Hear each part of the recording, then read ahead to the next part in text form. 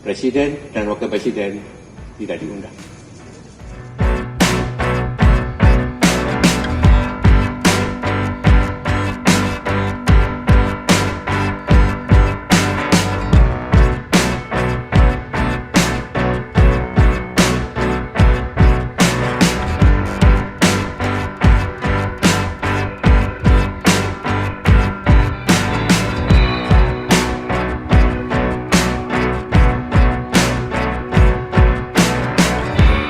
Dan posisi PDI Perjuangan itu sebetulnya ada dua macam secara eksternal.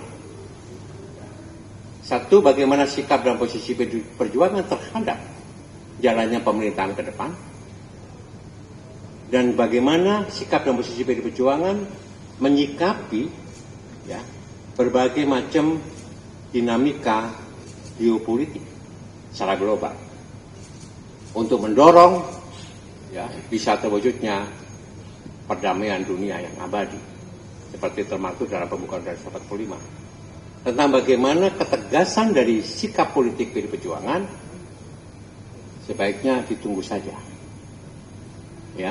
ditunggu saja.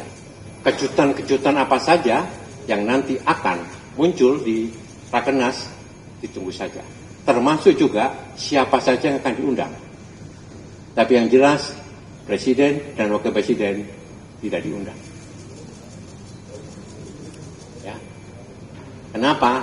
Karena beliau sudah sangat sibuk dan menyibukkan diri, dan Pak Komar pasti tidak setuju. Jadi ini hanya untuk internal PDI Perjuangan. Sekali lagi, pesertanya untuk internal PDI Perjuangan. Itu ya.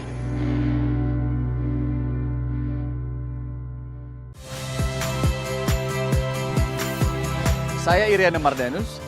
Saksikan program-program Kompas TV melalui siaran digital, pay TV, atau media streaming lainnya. Kompas TV, independen, terpercaya.